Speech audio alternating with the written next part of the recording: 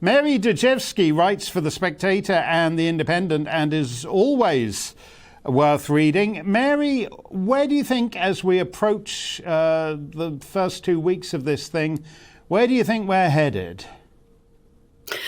It is very difficult to say, because after today's third round of talks, they seem to have got not very far. They're talking about very small steps. When you look at the map, you maybe get a better clue, because the Russians have made quite a lot of progress in the south of the country, and it looks as though they're giving priority to trying to occupy most of the coastal regions, and maybe Ukraine's main port of Odessa.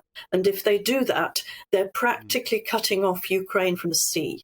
So it looks, I think we're often neglecting what's happening in the south because we're focusing on Kiev and Kharkiv. But when you look at the south, Russians are actually making advances. Yeah, and their plan, therefore, would be basically to turn Ukraine into an inland country, which would clobber it as far as being any kind of a functioning independent state would be. Are you surprised by the Americans' actions? I'll give you one poll number. 75% of Americans, including a clear majority of both Republicans and Democrats, want a no-fly zone over Ukraine. 3/4 of Americans want a no-fly zone. How's that going to work? Well, I think there's been a lot of discussion of a no-fly zone over the last week, and Volodymyr Zelensky he argued very strongly in favour of a no-fly zone.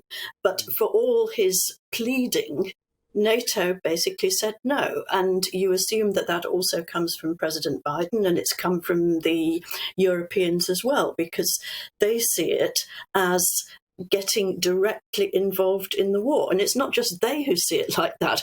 President Putin sees it like that as well. And he's put out a specific warning to say that if there's going to be a no-fly zone, then those who are enforcing the no-fly zone are going to be seen as combatants in this war.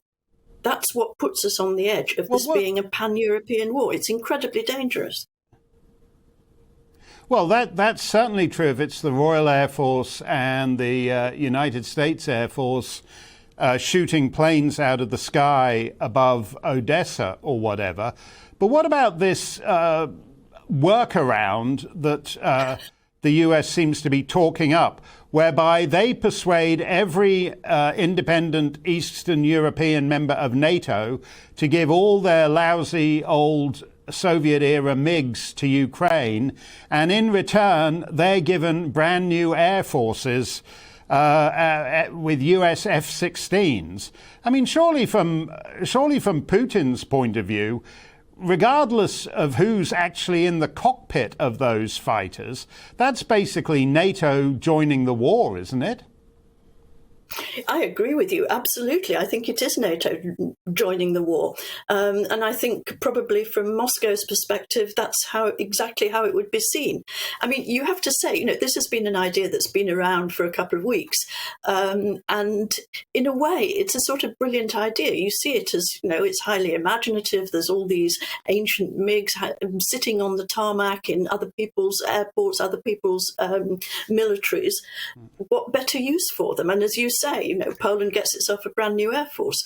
But I think that's practically as dangerous as having a no-fly zone enforced by NATO. I think it's really, really dangerous. Well, presumably, fellas like the Secretary of State in Washington, you don't get to be Secretary of State if you're a total idiot. I mean, presumably he knows that. So why exactly are they going around talking this up as the answer to everybody's needs? Well, I think one thing is certainly the American domestic audience. I mean, you quoted the polls, which said that this percentage, practically 2/3 of Americans thought that it was a brilliant idea to enforce a no-fly zone. But probably the closer that or at least the further away you get from the United States and the closer you get to Europe, the less of a good idea it seems. And when you get right up to Poland, you've got a whole load of enthusiastic people who would like to donate their mix to what they see as a splendid war effort, help the heroic Ukrainians. But the practicalities of that, I think, if this goes to NATO in Brussels, I think there may be more questions asked, and it may take rather longer than the Americans would like to think. You wrote an interesting column for The Spectator the other day, wondering if we were actually doing the Ukrainians a favour by encouraging them to fight on, as Mr. Johnson and Mr. Trudeau and Mr. Biden and all the rest of them are all doing. And since then, since you wrote that column, we've had a weekend of absolutely terrible, heartbreaking sights. The two little children lying dead in the middle of the street. The war is very real for those people. And Putin's playing this with joke corridors of escape that lead only to Russia or Belarus. So you got a choice between lying dead in the street or winding up in Belarus, which is not really much of a choice at all. How do you think that is the problem, that as admirable and heroic, and certainly if this were in a motion picture, Zelensky would be triumphant and he would win and he would prevail? But do you think, in effect, Washington and the rest of NATO are egging on Zelensky for something that is unachievable? Well, I do worry in a way about the ethics of it.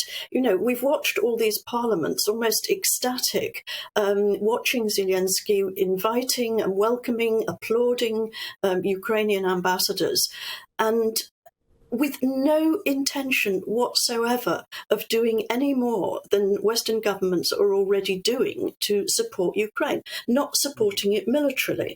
And I think there's a big gap there.